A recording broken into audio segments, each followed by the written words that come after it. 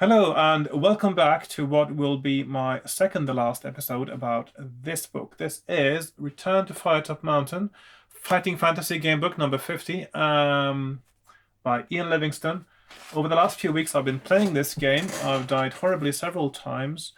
I've finally, last time, believe I did find the right path through the game, and I think that is the very close to the optimum path that I did. And still, I died a few times. And I did promise that I would come back and say something about the survivability rate of this game. How hard is it to actually win the game once you know exactly what you're doing? And before I could do that, first I had to finish my maps. I'll just show you quickly. So I did sort of do a sketch of a map, but I had to go through all the possible locations. So this is the first part of the game. And then you get into the mountain itself. And you get to this bit here. Starting from the bottom, going upwards, by the way. Because that is how I like mapping my fighting fantasy game books. Still in the mountain, here we are. And lots of things going on here. And then it's the end game at last. Interesting little thing, by the way. In the game, you can pick up, of course, you pick up the golden dragon's teeth, which are the ones you need to win the game. Am I recording, by the way? Yes, I am recording. Just thought I'd double check because I did this video already one time and I forgot to press record twice, which is what you need to do to record. In this game, yes, you find the golden dragon's teeth, but there's also a bronze dragon's tooth you find that has the number 280 on it. And if at the final battle with Zagor, you go to page 280 instead of one of the numbers from the golden teeth, you actually have a paragraph 280 that tells you how wrong that goes. Because it's not a golden tooth, it doesn't work. Obviously. In the paragraph 280, it's described as a silver tooth rather than the bronze tooth, so that's another typo in the book. Right, so I did the maps, did all the maps, which means I went through the entire book, and one thing I haven't double-checked, though, is that if these are 400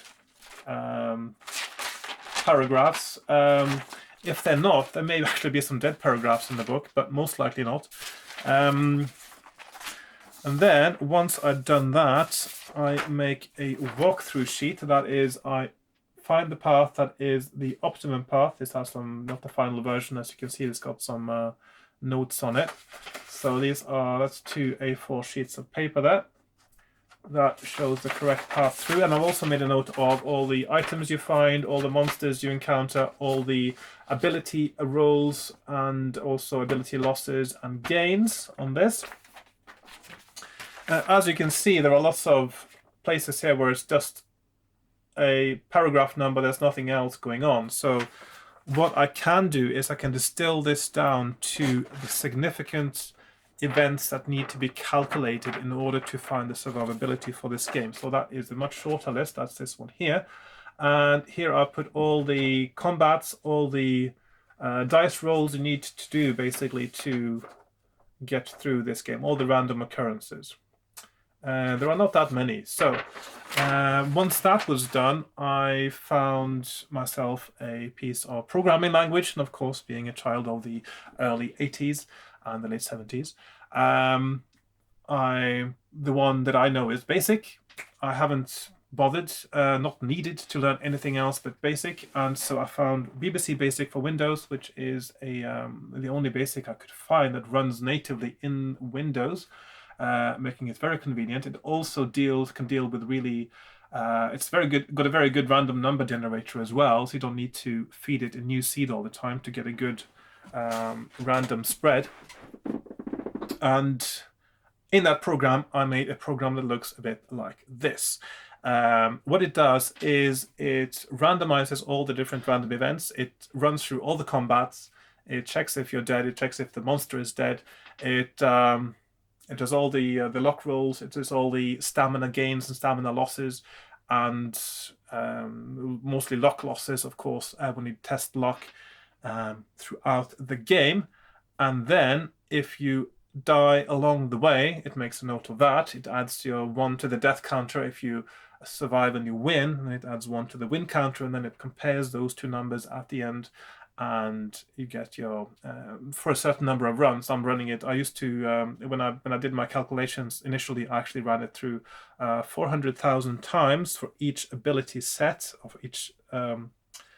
So for 12 skill, 24 stamina, 12 luck, I did 400,000 times.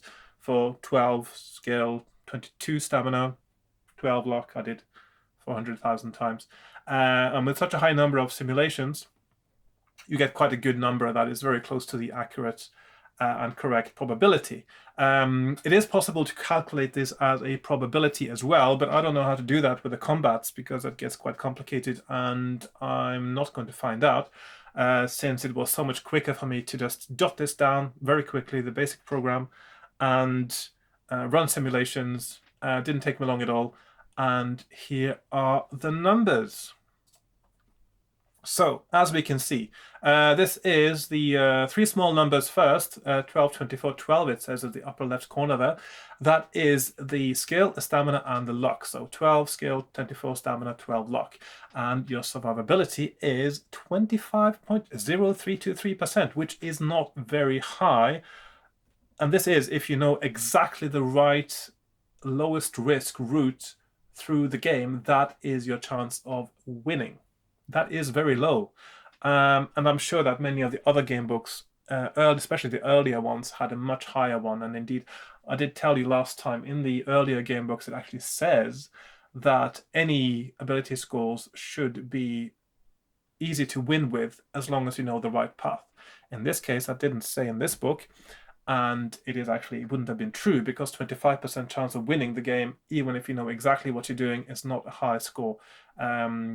So, as you also can see from this this list, which I have ranked from most probable to, oh, hang on. Or I was meaning to, well, there's some oddities there. I can see there's some numbers are out of order, actually. I did try to sort them by highest chance of victory down to the lowest, and I see I've messed up some things when I moved it around here.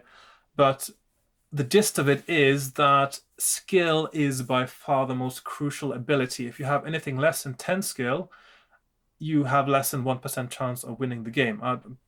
So for simplicity's sake, I only ran the simulations and I went down to 1%. That's my cutoff point. If it's less than 1% survivability chance, it's not included in this list. So any combination of abilities not in the list, just forget about it. I was thinking maybe doing 10% first, but I went it down to 1 just to illustrate how hard this is. And so if you have a skill of less than 10, you basically might as well just start over because you won't survive. Luck, not as crucial because basically there is as many places where you gain luck as you lose luck. So you get all your luck back several times throughout the game. If you follow the correct path, there are a few luck tests, and then there's the place where you can regain luck, usually after you've lost about 2 on average, I would say. Stamina, not crucial at all, as long as your skill is high.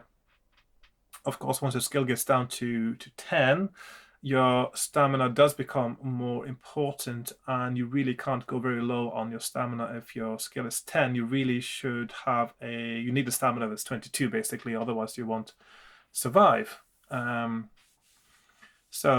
if you got a skill of 12, you're fine with 14 stamina. Indeed, 12 skill, 14 stamina, 12 luck, it gives you a win rate of 14.6%. And if you reduce luck as well, you are down to, let's see, where are we now? If you do something like 12 skill, 14 stamina, 8 luck, you've got a 10% chance of winning, which isn't too bad relative to the maximum 25%. So I hope you found those numbers interesting. So there you have it. Those are the survivability rates for Return to Firetop Mountain. It's not an easy game, and I found it quite enjoyable because it is a bit of a challenge. It shouldn't be too easy, I think, to win these ones. Although it would have been nice if it was possible.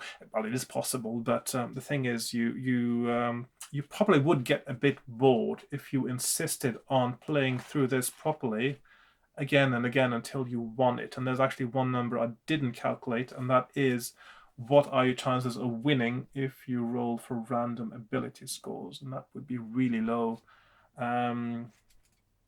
because you would need to roll at least a 4 for, because you need at least a 4 for skill to roll a dice of 4 to get 10 skill, and if you get a 4 you still need to roll at least a 10 for stamina. So it's the chances are really low, but I should have calculated that as well. Maybe I'll have an addendum one day and I'll just make a short video about that, but at least it's going to be so low it doesn't really matter. I think the optimum, the bottom line is, if you want to win this game you need to cheat, or you need to give yourself either by giving yourself really high ability scores and then being lucky, or by giving yourself random ability scores or whatever ability scores and just saying whenever you encounter death in the game, you say, "Ooh, well, that didn't really happen. Actually, instead I did win that battle. I went the other way at that place before, where it just so happens that now I'm dying after passing that." So, yes, it's a game that needs a little bit of cheating in many cases to win it, but of course by this time, by book number 50, I'm sure that Ian Livingstone, he was well aware that most players of these games did cheat. It was quite a common thing to do. Most people actually, they read it and they wanted to see every single possible path you could go through, and they did that, and they enjoyed themselves thoroughly, I hope. Although I must say I'm actually enjoying this a lot more now than I did back in the 80s, which is a bit weird, but there you go. Maybe that's just me. Right, so that is that done for now. I will show you, there's one more thing. I will make one more episode, and that is, of course, with a map. I did show you my draft of the map earlier, and at the moment my computerized version looks like this.